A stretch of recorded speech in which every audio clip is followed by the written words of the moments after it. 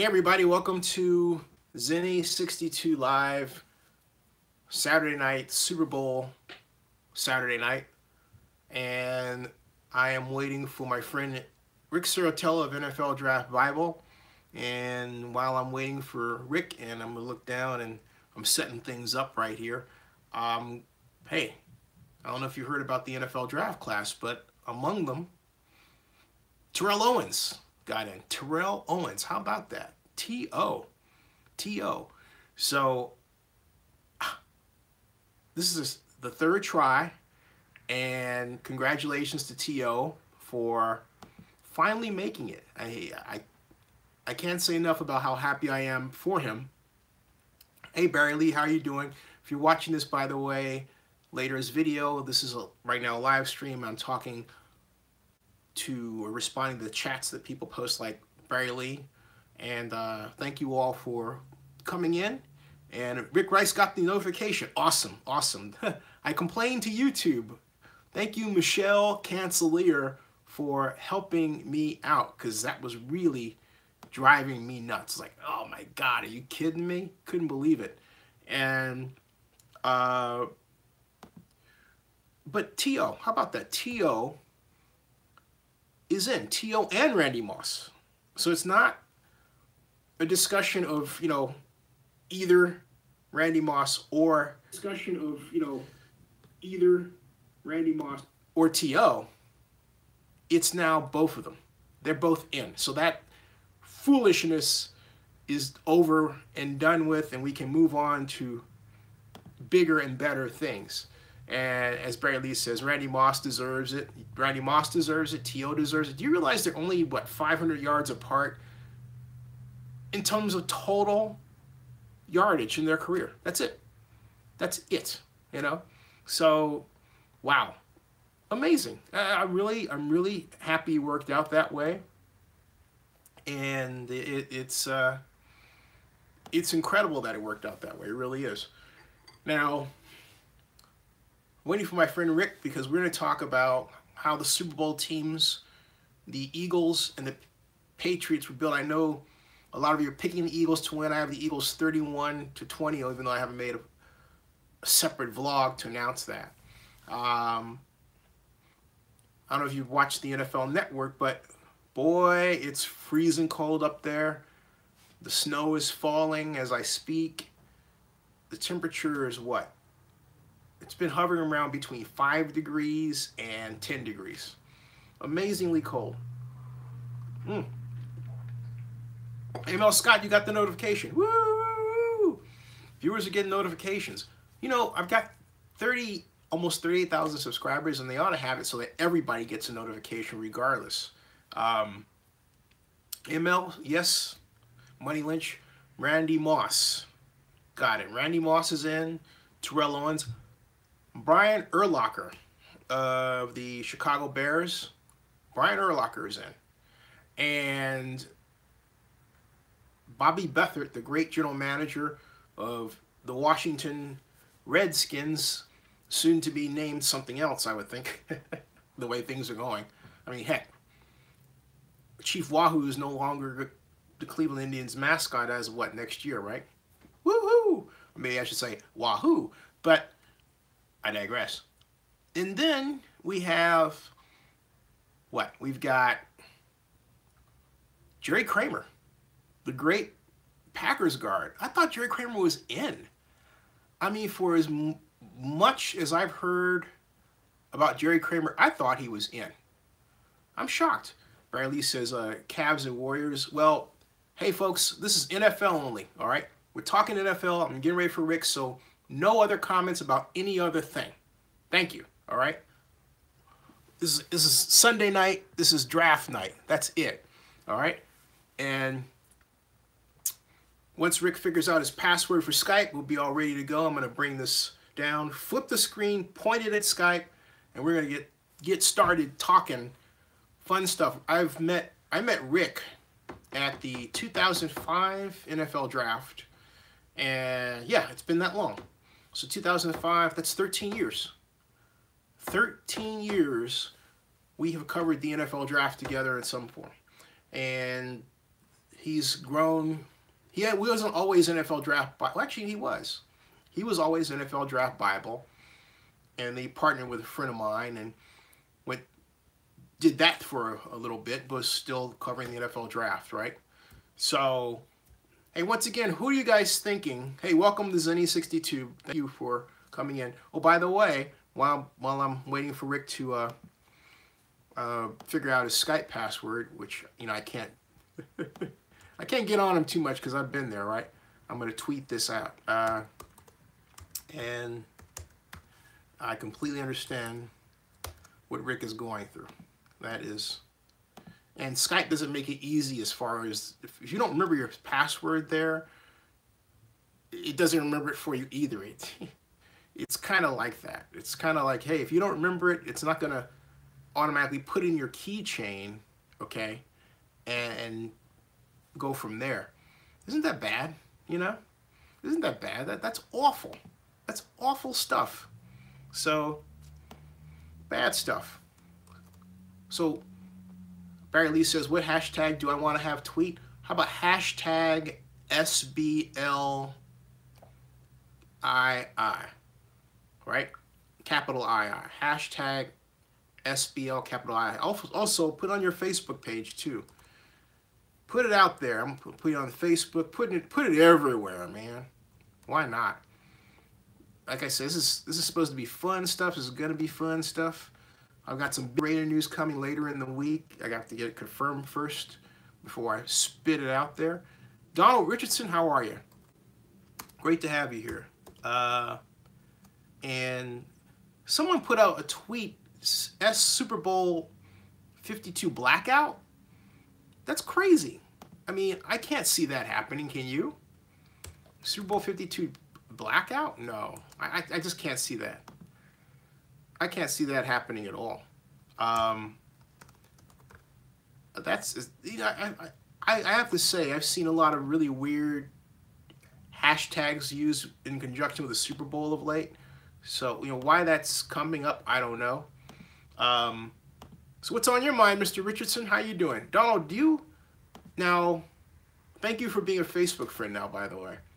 I'm glad you're around. And let's see here. We've got... let me go back to Skype and see how... I don't think Rick's figured it out yet. We'll wait for him. Now, tweet sent, thank you.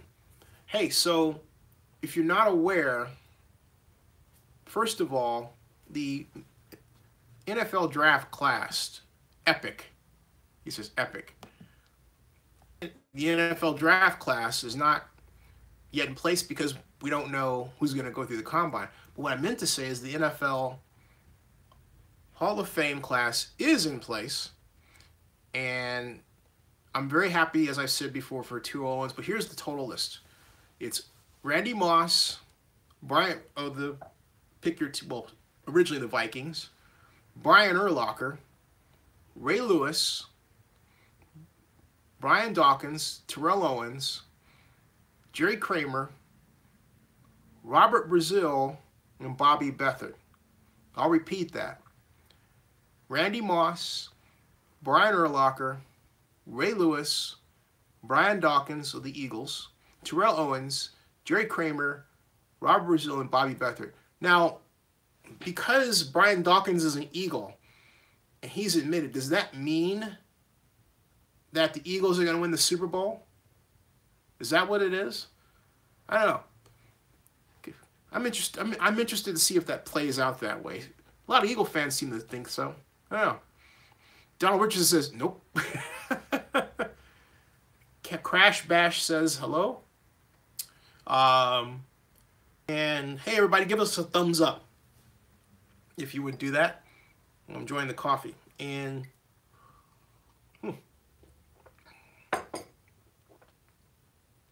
still waiting for Mr. Serritella. I am going to... he's trying to figure out his password, I think. So I know that's going to take a little time. Now, let me see what other news is in here regarding the NFL while I'm waiting for that. NFL, going to the trusty NFL media website. See what Philadelphia Eagles offensive line named Built Ford Tough Offensive Line of the Year at NFL Honors. Houston Texans QB Deshaun Watson wins Courtyard's Greatest on the Road Award at NFL Honors. New Orleans Saints Drew Brees named 2017 Castrol Edge Clutch Performer of the Year. He is also, well, they had that twice. They had the same press release twice. Carolina Panthers linebacker Luke Kelly named winner of 2017 Art Rooney Sportsmanship Award. Sam Gordon named winner of first Game Changer presented by Secret Deodorant at NFL Honors. Atlanta Falcons wide receiver Andre Roberts named 2017 Salute to Service Award recipient. And they haven't got out the news release for the Hall of Fame class yet, which I think is interesting. I think they'll come out with that after the NFL Honors is officially on. It starts 9 o'clock tonight. Hey, so among those watching, how many have been to the Super Bowl? Me? Who else? I've been to, let's see, 9. Anybody out there? How long? How many? Not how long, how many? Anybody? Yeah, Donald Richardson, he says, me? You've been there. You've been once or once? You've been to one. Been to one. Okay, Donald Richardson's been to one. And anyone else? Let's see. At Stanford, that was 1984. Whoa, man! That was in history. That was Joe Montana clobbering, and your San Francisco 49ers clobbering. Is it fair to say clobbering? I guess it is, right? Clobbering the Miami Dolphins, right?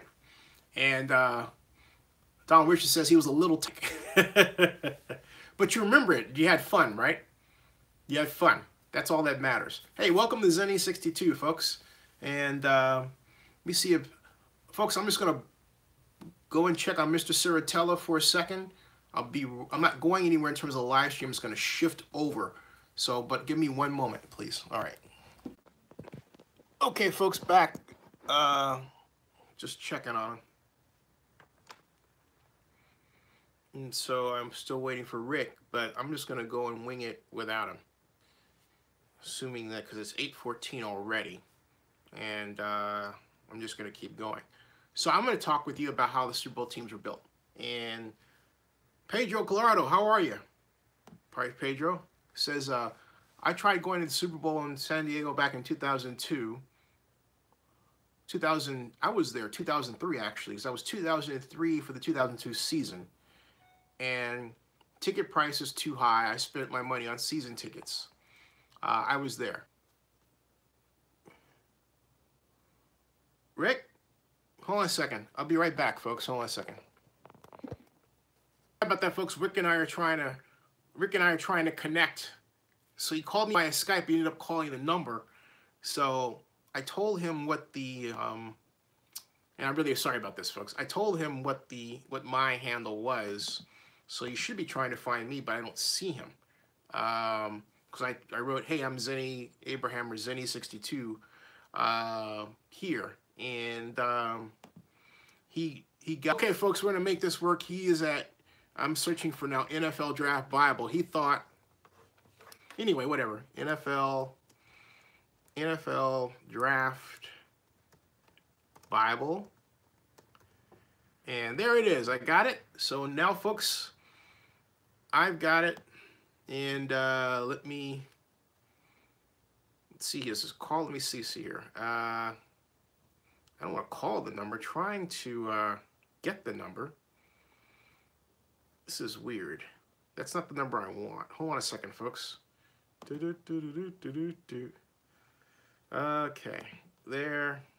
Results. All. Get rid of that. All right. NFL Draft Bible. Got that.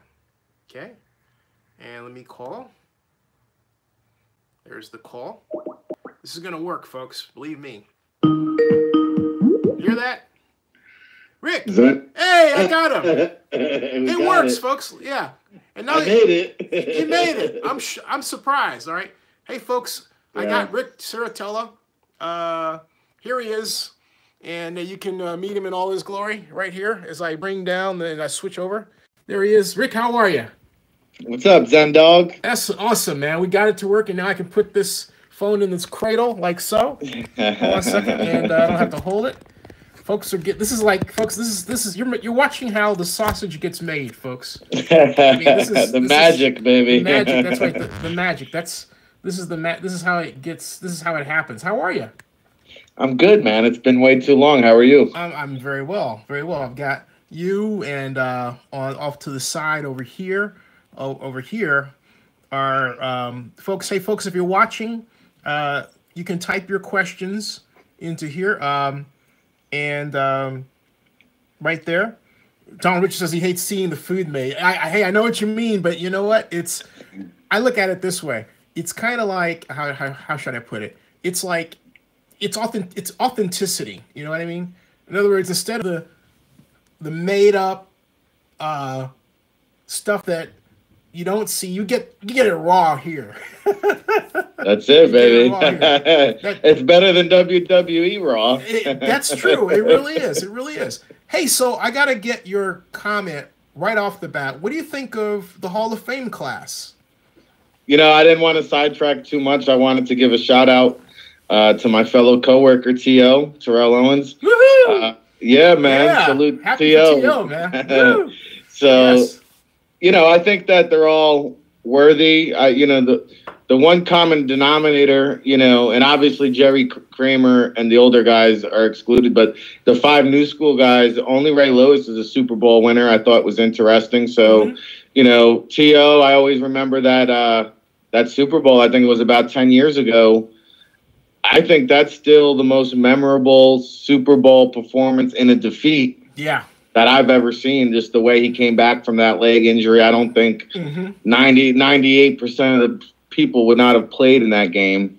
And then, of course, you know, Urlacher, I had a chance to talk to at the College Football Hall of Fame. So he gets the double dip this year. And he's got hair now, which is weird. But again, it's a little weird. But I think, you know, with the Devin Hester Super Bowl, Hester with the return against the Colts, you think of Urlacher. And I think the one guy, you know, Randy Moss, obviously, I never seen a guy take the league by storm like a Randy Moss. I mean, this guy just came in his rookie season, had like 18 touchdowns. You just couldn't defend him. It was unbelievable. I remember the Thanksgiving Day game against Dallas where he had three catches, 3 touchdown catches, 3 catches for 3 touchdowns, basically. Hey, so tell my viewers who may not be familiar with NFL Draft Bible what you do. I told them, but you know. Yeah, no, of course. NFLDraftBible.com is where it's at. It's hard to believe this is my 17th year covering the draft. And, you know, it's funny. We, you know, like you said, it's raw. You get the draft information straight from the horse's mouth. We're out there in the field. No disrespect or offense to Mel Kiper or Todd McShay, but I ain't never seen them in the field at the pro day circuits or anything like that. You know, I'm out there grinding, baby. I'm there rubbing elbows with the scouts and doing my own evaluations. I'm not, you know, doing the laptop evaluations like a lot of these other draftniks out there. And, you know, if you want the real deal information, NFL Draft Bible is where it's at, no doubt about it. Yeah. Hey, tell my viewers from your perspective how the teams were built. Starting with the Philadelphia Eagles and your favorite Carson Wentz. I think he was your favorite, wasn't he? Yeah, he was. I was tuning that Carson Wentz train for sure. I think a couple interesting statistics we should put out there that have come across the wire with the Super Bowl. You always hear different numbers, and I thought the one number that was intriguing to me this week was 37% of the NFL, the entire NFL rosters are made up of undrafted free agents. Wow. So when you think about it, 40%, almost 40% of the league is made of undrafted free agents. Now, that might be a reason why you saw a record number of underclassmen declare, 130 underclassmen declared, and historically, the past 5 years, 33% of those guys have gone undrafted. So yeah, so it's quite an interesting equation. I think the NFL not doing the NFL regional combine, the influx of underclassmen who declared this year, there's a lot of pissed off agents that they can't get their client into the NFL scouting combine. Wow. I mean, there's just not enough spots. What is it? Is it going on? Is it a glut of football talent and not enough football out there, or? Well, I think what the problem is, you go back to, Mike Mamula, right, was the first guy that really blew up the combine, and since then, I don't think the combine has evolved. It hasn't made any changes. It hasn't adapted. And the NFL's a different game now than it was 15, 20 years ago. And, I think that's part of the problem. And when you talk about the league, but only 250 guys getting actually selected and maybe 350 getting invited to the combine, I mean, there's a lot of players out there that are going to be on NFL rosters that aren't going to get the opportunity to showcase themselves. And a lot of times that's why they're going undrafted, because they're not getting the opportunity to go perform at the Senior Bowl or in Indianapolis. And, we're doing a national scouting combine this year as a lead into the NFL scouting combine, trying to change the way things are done and evolve this industry we call football. Hey, Rick Rice, one of my study viewers, has a question. He wants to know what you'd change about the combine if you could. So, I mean, Will Hernandez just dominated at the Senior Bowl, right? Yeah. The kid from UTEP, University of Texas, El Paso. I would love to see him go one-on-one with Vita Vea, the top nose tackle in the draft, who's an underclassman, but because the Senior Bowl can't evolve and they can't have underclassmen, we'll never see the best guard go against the best nose tackle. Let's line them up 5 times and see who wins the best of. I like it. Yeah, I think you're absolutely right about that. Hey, speaking of undrafteds and the New England Patriots, what's the secret sauce for the Patriots and the Eagles? What got them here, in terms of building their teams? Right. So, first off with the Patriots, like I said, I'm out on the pro day circuit. Yeah. I'm everywhere from the big schools, Penn State, to the small schools at Wagner College and everywhere in between. And I think when you talk about the Blesto and the national service, that, I think 26 out of the 32 NFL teams participate in one or the other. The Patriots don't partake in any of that. They don't share information with the rest of the league. They do their own scouting. And when I'm at a pro day, one of the representatives, whether it's one NFL scout, 3 NFL scouts, or 32 NFL scouts, there's always at least one representative from the Patriots. They comb the country from coast to coast. They make sure they get a pair of eyeballs, old school football eyeballs on talent. And that's why they hit. They strike out a lot, but they hit on a lot of these undrafted free agents. And I think that's what you see, a guy that fits the system rather than the best available talent. Now, with Philadelphia, I think it all starts at the head man. You take a look at Chip Kelly, completely lost that locker room just a couple years ago. You had all this, the people talking out about Chip Kelly there. It was mayhem in Philly. All of a sudden, Doug Peterson comes in. He brings one of the best coaching staffs around, and the running back coach there, he used to play. His name is slipping my mind, but I know you're talking about, right? Deuce Staley. Yes, Deuce Staley. Yep. Great coach. When I went to Eagles camp, I went to about 7 NFL training camps. The Eagles are the ones hitting the hardest. I mean, they are hitting. This is like an intense training camp that the Eagles run here, and I think Doug Peterson deserves a lot of responsibility. He's just the 18th head coach in history to bring a team to the Super Bowl in his first 2 years. And I can't remember last time a head coach won and also called his own plays, which would be pretty remarkable. Maybe Bill Belichick did it, but he doesn't even do that anymore. I think Mike McCarthy is the last guy to do it. Wow. And by contrast, are you saying the Patriots are soft? Just kidding. Only their balls, Zennie.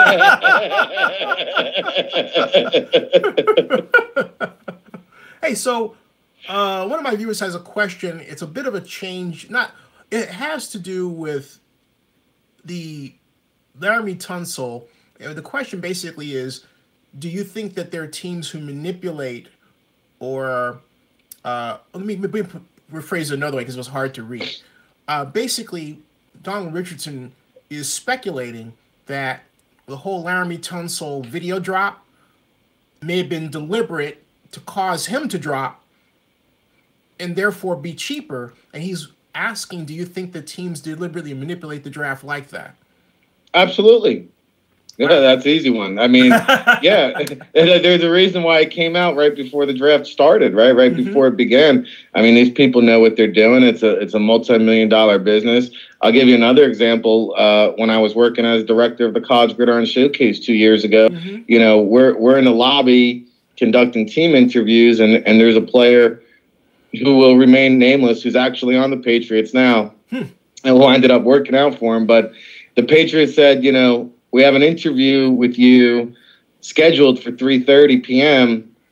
In the meantime, I want you to go in your room, lock yourself in the room, and don't talk to any of the other teams. So, you know, I'm in the lobby, and, you know, one interview goes by, two interviews. Before you know it, this guy missed half a dozen interviews. I called him up. I said, dude, where are you? I said, you know, you just missed like 6 NFL interviews. He's like, oh, well, the Patriots told me to come to my room and just wait here. I said, yeah, listen, I said, the Patriots aren't going to care when your ass doesn't get drafted, are they?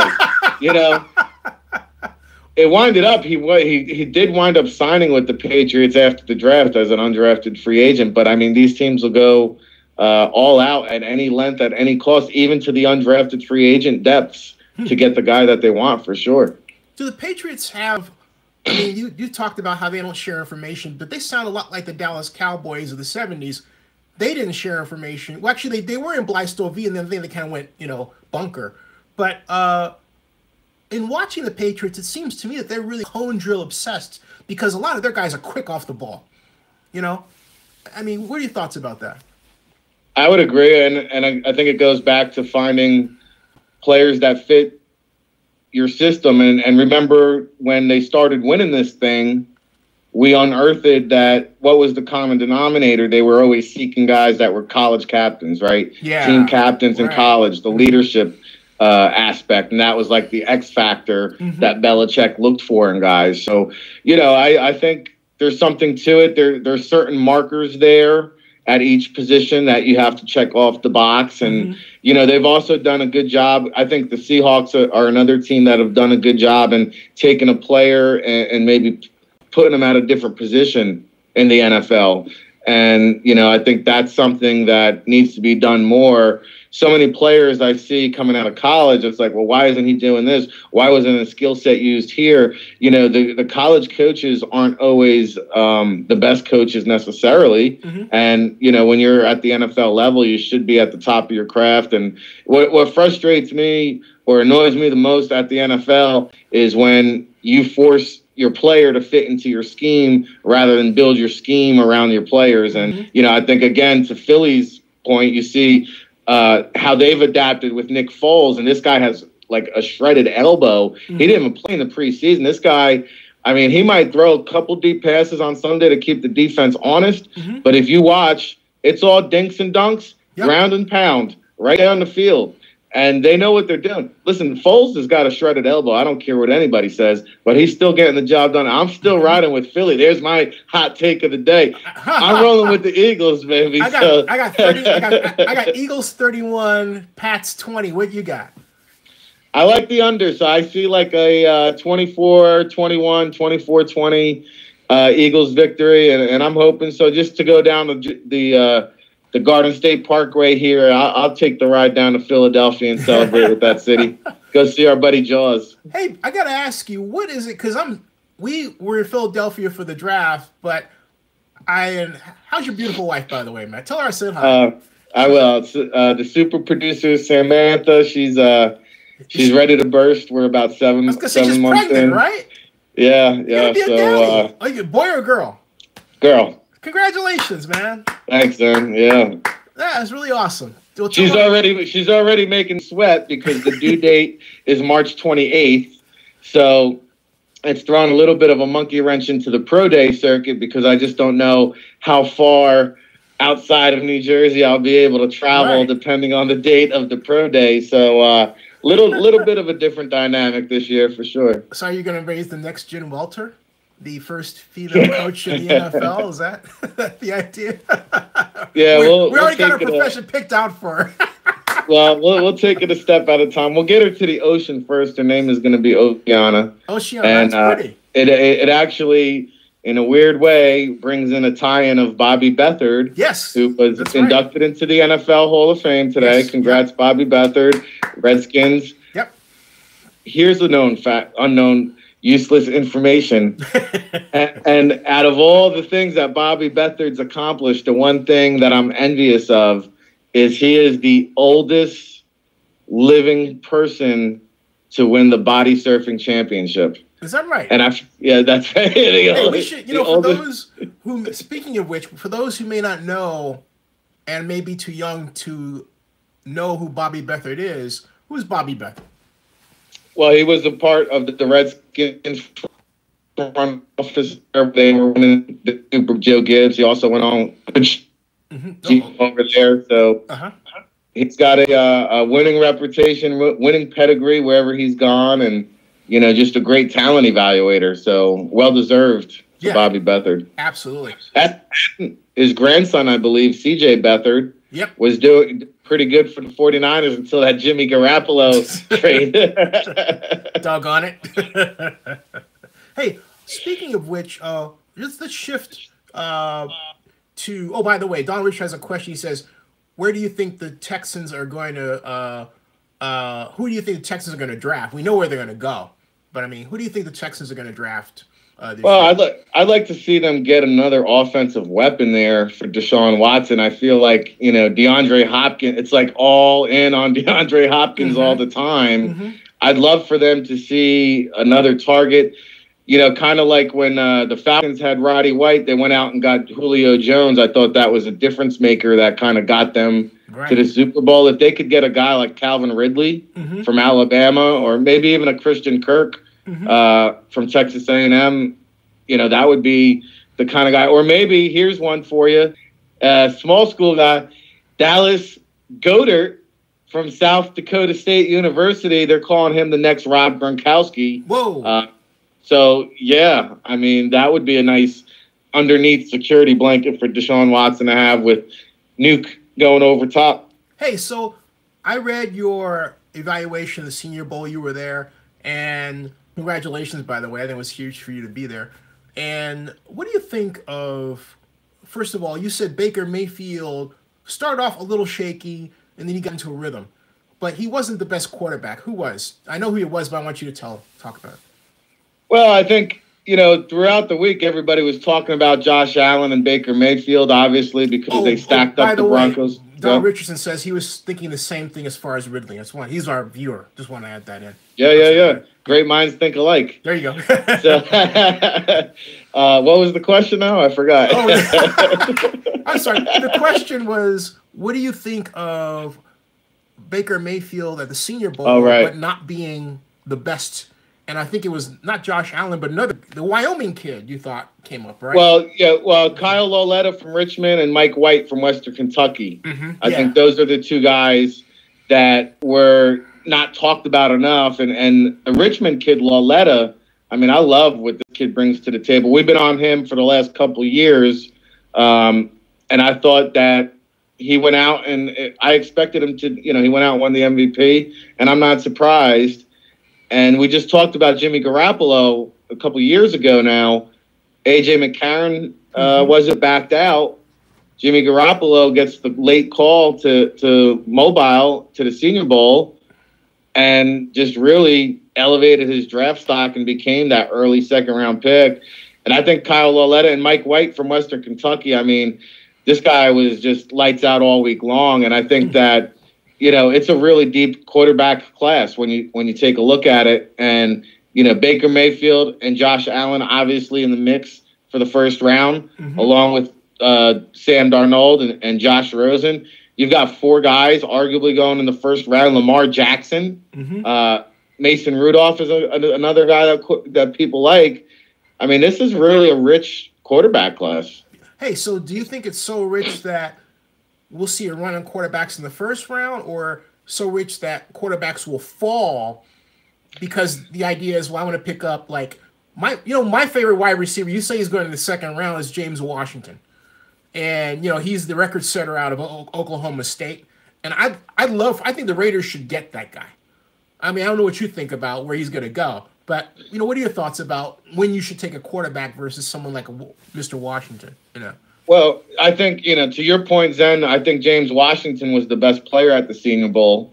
So, maybe he will go first round. We don't know. I think you'll see a run on the quarterbacks in the top 10. I think there's so many quarterback-needy teams, and starting with the Cleveland Browns, who pick 1 and 4. You got the Giants, who pick 2. I don't think they'll go quarterback, but the Jets are in the mix. The Bills are in the mix. You take a look around the league also, too. You have, in a couple years, Tom Brady, Ben Roethlisberger, Drew Brees, Eli Manning, Carson Palmer. Has he retired yet officially? We don't know. I mean, there's a lot of guys here. I mean, Matthew Stafford is about to be the best quarterback in the league 2-3 years from now. Yeah. That's true. So I think there's so many teams that need a quarterback that there will be teams that trade up into the top 10. I think Baker Mayfield may even go top 10. I expect the big 2, Darnold and Rosen, to go in the top 10. I think Josh Allen is a guy that could do the slip and slide. I think I could see him maybe waiting around and backstage at the draft. I think that's the one guy I'm a little bit hesitant about. There's I'm not a stat guy. I got all these useless stats today. Especially when it comes to evaluation. I never rely on stats, but there's things that come across in first of all, Bill Parcells, who aside from Bill Walsh, I thought Bill Parcells was a great quarterback evaluator. And the criteria he always had was, starting experience, completion percentage, winning record, and performance against top 25 competition. Right. Josh Allen was terrible against top 25 competition. His completion percentage is under 60%. And the 9 quarterbacks in the history of the NFL who have started an NFL game whose completion percentage is under 60% for their college career, the list is not pretty. Wow. I mean, we're talking about Jake Locker and Trevor Siemian are probably the best of the bunch. So there's some real accuracy concerns, and I think Josh Allen, if he's this year's Jamarcus Russell, it wouldn't surprise me. Hey, so you're telling me that Lamar Jackson is going to fall to somebody and then shock the heck out of everybody if a team decides to basically leave him alone and not futz with him and make him a quarterback? Well, Johnny Manziel went in the first round, and I think Lamar Jackson has a similar skill set. So, not Deshaun Watson's skill set? I mean, I say that because he does some remarkable things, but I was analyzing his interceptions, right? And they're correctable. I mean, one case, there were a number of tip passes by receivers. Right. Another one, he was throwing not so much on time, but he was throwing, one of those, I call them the wire passes. Hey, play action, you just throw to this guy regardless, right? But then all of a sudden, hey, it's picked off, and it's like, hey, coach, you didn't tell me. You know what I mean? I call it the wire passes, I think that, not to cut you off, I think that Lamar Jackson from last year to this year probably improved more than any other quarterback. And I'm not sure. I don't understand why he hasn't gotten any credit for that. I think he's improved his accuracy tremendously. Right. Yeah, right. And this guy can throw the deep ball too. I think the biggest issue I have, I think when I compare Watson to Jackson, is I think Watson was more like 6'1"ish, and Lamar Jackson, I think he's going to come in at 5'11", maybe 6 feet tall. So I think that's probably the biggest concern. Hey, this leads me to this question. There was a guy out of an HBCU, a historically black college. Devante Kincade. Quarterback. Devante Kincade, Grambling State. Okay, there was another one from Boise, though. And he's not coming out until 2020 or 19. And he is the touchdown leader this year, 45 touchdowns, 39 through the air, the rest by rushing. And he's like 6'4". And I thought, my God, how come no one's talking about this kid and getting him out now? And it's Boise. Let me get it right down. I've got my trusty iPad here. Yeah. Boise, let's see here. Boise football, excuse me. But I watched the video on him, and he's and also his interviews. he is a naturally poised young man, and I think he would be both on the field and off the field an incredible find for anybody. But I was just shocked that no one was talking about him, and I thought maybe it points to, even in this day and age, how little not Boise, what is it? It's I'll try this, HBCU top player. He is HBCU Leonard, is it Leonard from NC-A&T? No, touchdown leader. It's I'll get it for you because he lit it up this year. Leader, there it is. And Don Rich says Bethune-Cookman. Nope, that's not it. HBCU football. It's funny how the Google system is so screwed up. You don't get what you're looking for anymore. I was in the right place, but it must have been the wrong time. I was in the right place. I was in the wrong time. Who sang that song? That was a good one. That was a huge song, man. I was in the right place. That's right. But it must have been the wrong time. Who was that? That was maybe Donald Richardson to know who sang that song. Who was that? Donald Richardson. All-time black. No, we don't even have it here. It's like the HBCU all-time great players over offense, not all-time. And that's the thing. It's like quarterback, and I've got to put 2017, yeah, touchdown leader, and spotlight shines on quarterbacks, and that's the undefeated FBC passing leaders. And where is this guy? He is not Grambling. It's Boise, and that's the thing. I don't know if it's Boise, but I know the quarterback at North Carolina A&T name is on our radar. Leonard, Leonard. We'll talk about him until I get to this kid, because this kid's coming. Boise. No, I'm sorry. Go ahead. Keep talking. Yeah, no. Well, there's a player by the name of Brandon Parker that we scouted, the left tackle. He was at the Senior Bowl, as a matter of fact, and one of in the FCS playoffs, I believe it was, or one of the playoffs on the ESPN networks. We tuned in to watch Brandon Parker, and it was the quarterback who stole the show. And I think, I believe he was a junior and would be draft eligible in 2019. So he is definitely on our radar. The other kid I was talking about from Grambling State is Devante Kincade. And, he's about 6 foot, 6'1", maybe 200 pounds soaking wet, so he's one of these like Vernon Adams kind of players, but I think he's better than what Vernon Adams is. Vernon is, really, I remember Vernon. Right, Vernon was a speedy guy, but with a good arm. Yeah, he just got traded, as a matter of fact. Our friend John Murphy, I think, may have traded for him or traded him away. But what's John Murphy doing now? He's up in Saskatchewan. We're going to connect hopefully in the combine. Oh, and my best. Yeah, man, definitely will. So, the old crew, the old draft crew, yeah, I'm trying I think it's back when it was in the theater. I know, back to Radio City Music Hall. I want to say his name is Amir. Amir, AIMIR. Amir. Excuse me. But I don't know if it's Amir Hall, and it's not coming up for some reason. It's really got me. Well, we'll look into it. We will. Yeah, he's but this, when you see the tape, you'll go, wow.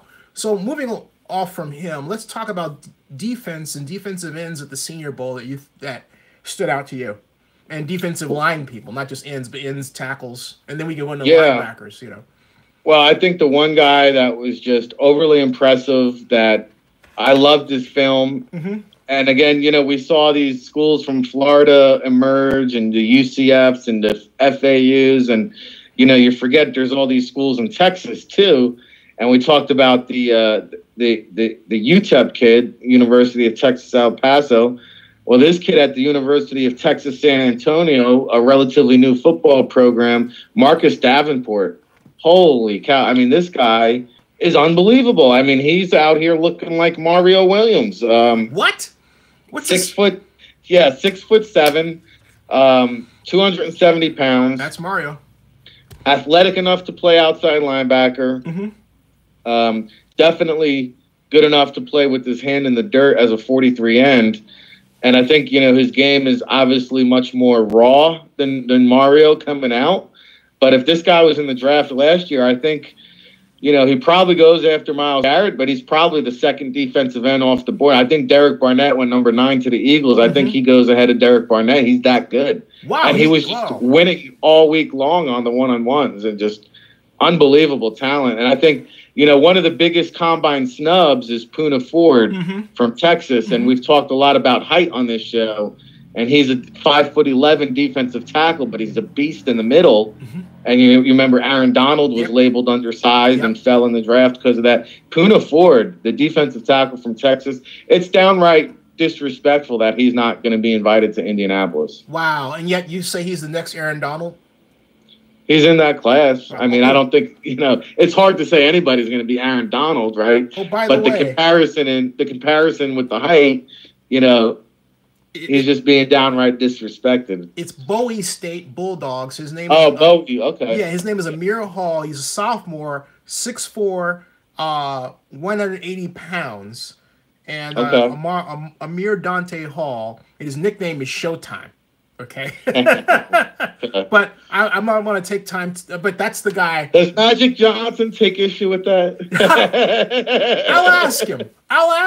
I don't want to take too much time talking about him, but keep that guy on your radar. I will. I just wrote it down. Yeah, I think that he is going to be a first-round pick. This guy is incredible. Moving along, coming back to the main question for Raider fans, who do you think the Raiders should focus on? And given that they have Gruden coming in and the kind of offense he likes to install in defense, they're going to have Paul Gunther playing the one-gap system. Right. So, I should have known you were going to hit me with the Raiders question. You could appreciate this. I actually had a chance, when I was at the NFLPA Collegian Bowl, I had a chance to talk to Reggie McKenzie for 15 minutes. And all he did was talk about Gruden and what he brings to the table. And what did he tell you? Well, he said it's exciting times to be an Oakland Raider. I'm not sure we could talk about what else was discussed. But oh, man. Rats. But I will tell you that the most revealing part of looking back on the Gruden quarterback series, when he had David Carr in there, he was so impressed with his ability to go no huddle and learn the terminology. And he actually fist pounded David Carr and was like, if I ever come back to the NFL, I'm never huddling again. Interesting. So, yeah, so, it's funny because Chip Kelly now in UCLA is interesting, but you may see John Gruden with the Raiders doing some similar no huddle type of stuff. And I think that with that being said, I think they, first of all, should really help fortify the offensive line. And they're going to need athletic offensive line if they are going to do this hurry up offense. So they're going to have to get athletic guys up front. So you're telling me it was a mistake they made by not taking Cam Robinson when they should have, right? That guy, had an unbelievable rookie season. Didn't he? Hey, you know what? Talk about Reggie McKenzie at the NFL annual meeting. I told Reggie specifically the Raiders should draft Cam at 24. He goes, okay. Didn't do it. I told him. I told him. We're gonna have to yell at him, man. Yeah.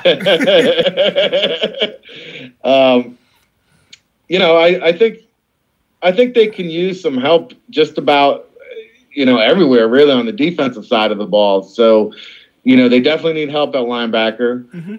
There's room for improvement in the secondary, and at the end of the day, they need another pass rusher too. Every team in the NFL does. So, I forget where they're picking exactly in the draft, what number they have. They're split, but they're either 8 or 9. They coin flip for the 49ers.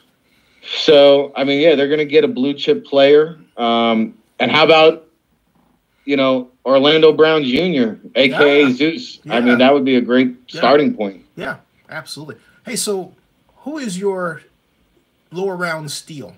Like, let me say second round, third. You pick it. Who is right now looking like the steal of the draft? Someone is going to go low, but here's mine. Rashard Perry, San Diego State running back.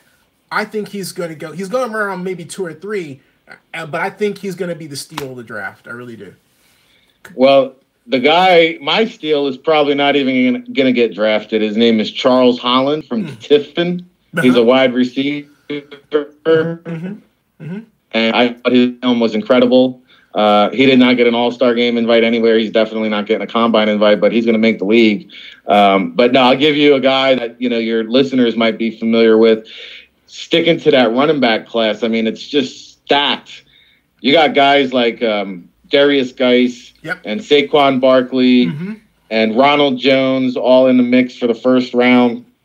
Cameron Petway from Auburn, you could throw him in the mix. But the one guy that's not going to go in the first round that is probably going to be this year's Alvin Kamara is, I think, not Nick Chubb, but the other Georgia running back, Sony Michel. I think this guy. Sony's, absolutely. Great call on he's going to probably go in the second or third round and play like a first-round talent. Hey, Donald Richardson wants to know what your sleeper defensive tackle is, and my question is, who do you think the Browns should take? Number one, or should they trade down?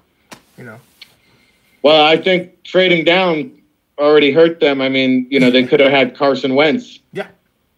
And they had, instead they went to stockpile all these picks, these Harvard guys that were running the Browns front office. They were too smart for their own good because they accumulated all these picks, which is nice. But when you don't have a quarterback, you still don't have a team, right? So, give me Carson Wentz over all those stupid picks they compiled any day of the week. So with that being said, would Carson really have made a difference for the Browns, considering that? Absolutely. But here's why I challenge that with respect to our friendship. I hope I don't believe Hugh would have structured a system as good as the one Doug Peterson did. I think Carson wound up where he should be because I really take issue, and I love Hugh, as a person. Email him, but I'm really disappointed in the kind of offense that he installed. In as much offense as he knows, I'm really disappointed that he didn't really take West Coast principles, mold them with modern spread offense principles, and have a more flexible system than he put in. So I don't want to go off that too much. And then he didn't do Deshaun Kaiser a great service. He put him in a quarterback unfriendly system. You imagine Carson Wentz in that? I'm like, oh, man, come on. Well, to your point, you're only as good as your tools. And, I just don't think Deshaun Kaiser is on the same level as Carson Wentz. So, to your point, I think you're right. Wentz winded up in the ideal situation for him, without a doubt. And I think that there probably couldn't have been a better situation for Carson Wentz. But I can guarantee you this, the Browns would have won a lot more games had they selected Carson Wentz. And the one thing I told Carson at the draft, I told him, you better learn to slide head first, dude. You better stop. No, you better stop sliding head first. Right. Yeah. And that's how he got hurt his senior year at North Dakota State. And that's how he got hurt again this year. He's got to stop sliding head first and cut this nonsense out. Remember, he didn't do that his third game of preseason and got injured? So, he's hard-headed. That's a knucklehead thing. Yeah, for sure. Hey, for sure. How much time you got? I know you got to go on CBS. Yeah, no, I know CBS is going to be calling me any minute. We got a minute or two to play around with. This is way too much fun. This is a lot of fun. Yeah, and I apologize for being late. No, that's all right. Yeah, I'm glad you freshened up for me. Awesome. Yeah, I had to we've been in the Draft Bible back cave, man. We hadn't shaved for a couple of weeks. I had to get pretty for the Zennie. I appreciate show, that. I appreciate that. Hey, man, Hey, this is one of the biggest YouTube channels on the planet, so I appreciate you having me on. I'm trying, man. I that's another story. We'll talk about that later. But hey, speaking of which, players and everything, what do you think of? Are there any players coming out of the Pac-12 that we should watch out for? Well, Ronald Jones, I think the running back we just discussed, right? Darnold is getting all the publicity, but Ronald Jones, who signed with your buddy Lee Steinberg. Yep. I mean, I know Lee's going to do a job just like he did for Pat Mahomes, drive that draft stock up. It wouldn't surprise me. Didn't he, though? Woo! Yeah, I know. Man, Mahomes now is starting. You know, and all Lee has to do is say, ching. You know, it's like, ching. Yeah. He's still got the magic, Lynch doesn't isn't he? having as much luck, but, you know. What do you think is wrong with Paxton? He's just immature. They say, you know, he's more worried about playing video games and studying the playbook. Well, he has that. Who else had that problem? Was it RG3 had a little bit of that in him? Oh, well, RG3, I mean, here's a guy that knew it all, you know, a guy that knew it all before he even got to the league. RG3 was just uncoachable. You know, this guy, Paxton Lynch, I saw a little bit of a punk demeanor in him when I went and scouted him at the Temple game in person. And Temple, this was the year they had Tyler Matakavich and all these bullies on defense, and they beat the crap out of Paxton Lynch all game long. I think they had 7 or 8 sacks. Yeah. And this guy, just his composure in the post-game press conference just rubbed me the wrong way. I didn't see a winner. Wow, I saw a guy making excuses is what I saw. And right there, I knew he wasn't an NFL guy. You think anybody is able to really talk to him at the Broncos and say, hey, look, this is what you need to do? Or have they already, with the talk of them possibly bringing Kirk Cousins, given up on the Paxton Lynch experiment?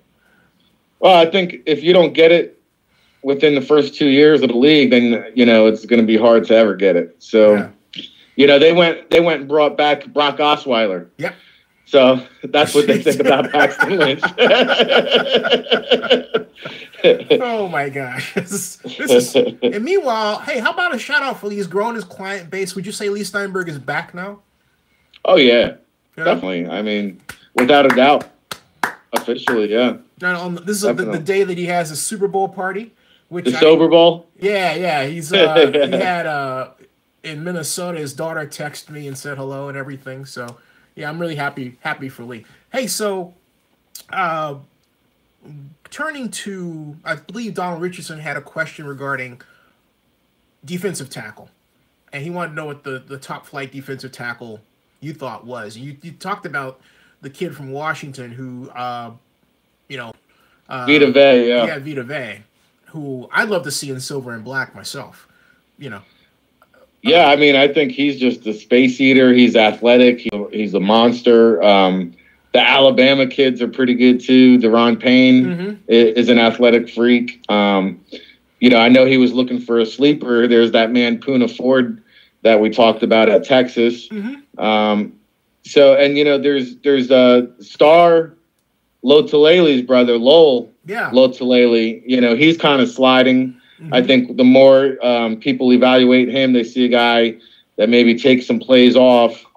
And here's CBS, Zennie. So I got CBS. Okay, hey, man. Thanks a lot. We'll chat. You got it, man. I'll see you. All right. All right. Hey, folks. So that was that's my friend Rick Serritella. He gave us the NFL Draft Bible rundown, and like I said, he's been in the league covering the draft for a long time, 17 years, and we got a taste of what he thinks. And Donald Richardson says that was cool. I'm glad you liked it. You know, thank you very much. That was a great. We always have great stuff to talk about, and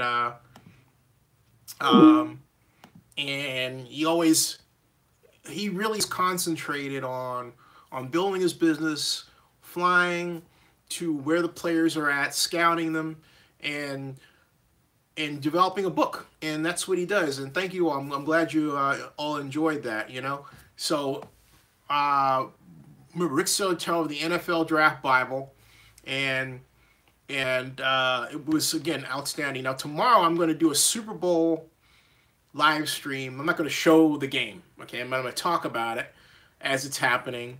And I think that I've never done that before. I figured since I'm here, why not? I'm going to break. It's 9:02, and I'm going to break in. This has been a special Saturday, so I'll see you all tomorrow. NFL Honors is on right now. It's only 3 minutes into it. You'll meet the NFL draft class, excuse me, NFL Hall of Fame class in just a few minutes, right? But, folks, I'll see you all tomorrow. And thank you all, and please, thank you all. And hey, put this on your Facebook page and distribute it. You know what? I will see you all tomorrow. That's it for tonight. Yeah, it's a short one, but I'll be back tomorrow. It'll be a longer one. All right, I'll see you guys. All right, take care. I'll see you. Remember, watch NFL Honors. It's on right now. See ya.